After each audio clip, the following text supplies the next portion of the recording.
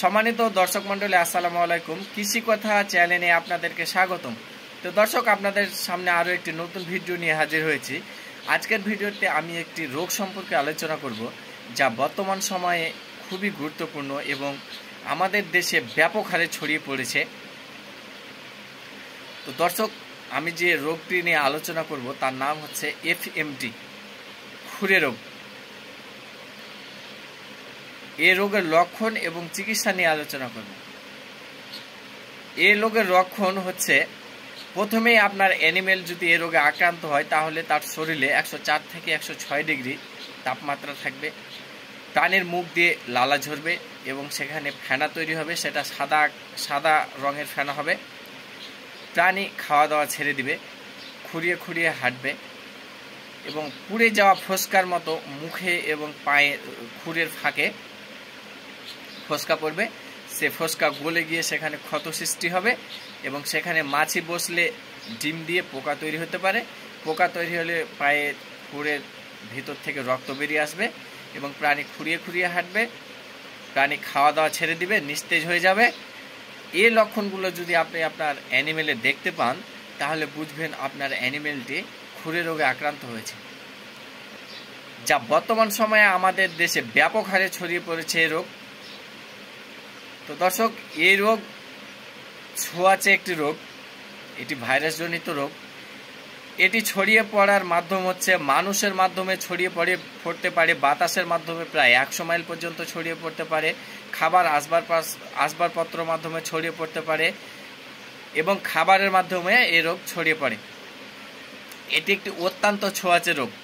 তো আপনারা প্রথমে যেটা করবেন, আপনাদের যদি একটা অ্যানিমেল এই রোগে আক্রান্ত হয়ে যায় তাহলে অবশ্যই তাকে এক্সট্রা খাবার দাবার দিবেন এবং তাকে একদিকে সরিয়ে রাখবেন, অন্যদের সাথে মিক্স করাবেন না। তা না হলে অন্য গরু এই রোগে আক্রান্ত হয়ে যাবে, যেহেতু এটি একটি ছোঁয়াচে রোগ। এবং এই রোগের চিকিৎসা, তো দর্শক, এটি ভাইরাসজনিত রোগ, যার কারণে এর স্টেট কোনো চিকিৎসা নেই। তবে নিম্নবর্ণিত আকারে চিকিৎসা দিলে এই রোগটি অতি দ্রুত ভালো হয়ে যায় এবং অ্যানিমেল এখান থেকে সুস্থ হয়ে যায়। তো দর্শক, চলেন চিকিৎসা নিয়ে আলোচনা করি।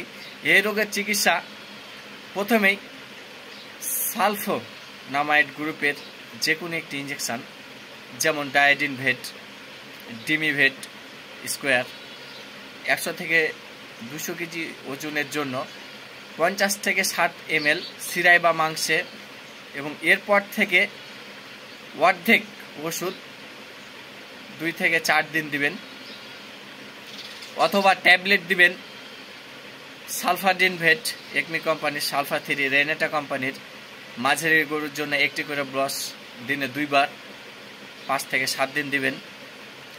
সেখানে ব্যথানাশক ইঞ্জেকশান দিবেন, কারণ গরুর পায়ে খুব ব্যথা থাকে, যার কারণে গরু খুঁড়িয়ে হাঁটে। টাফনেল 100 কেজি দৈহিক ওজনের জন্য 5 ml মাংসে দিবেন। এবং পায়ে যে ক্ষত সৃষ্টি হবে সেখানে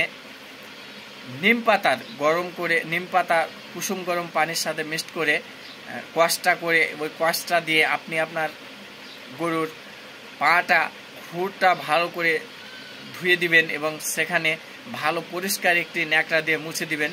তারপর দর্শক, সেখানে পাউডার লাগাতে পারেন, নেগোটক্স কেমিস্ট কোম্পানির একটি পাউডার, সেটা দিনে 2 বার থেকে 3 বার নারকেল তেলের সাথে মিক্সড করে পায়ে যদি লাগান তাহলে আপনার অ্যানিমেলটি অতি দ্রুত আরোগ্য লাভ করবে।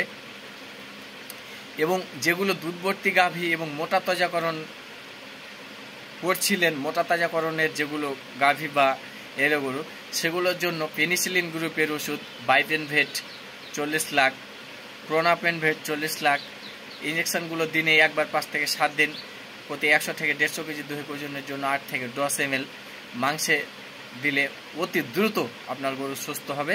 এবং আপনার অ্যানিমেলটিকে পরিষ্কার পরিচ্ছন্ন জায়গায় রাখবেন, শুকনো জায়গায় রাখবেন, এবং মুখে যদি ঘা হয়ে যায় তাহলে নরম জাতীয় খাবার খেতে দিবেন, ঘাস সহকারে আরও ভাতের মামড়ি এসে এই খাবারগুলো খেতে দিবেন।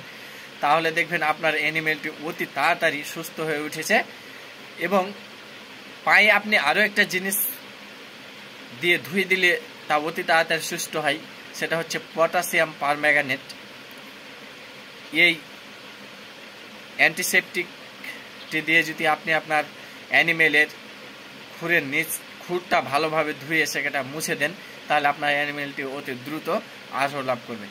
তো দর্শক, এভাবেই পরিচর্যা করলে আপনি আপনার অ্যানিমেলটিকে অতি তাড়াতাড়ি সুস্থ করতে পারবেন।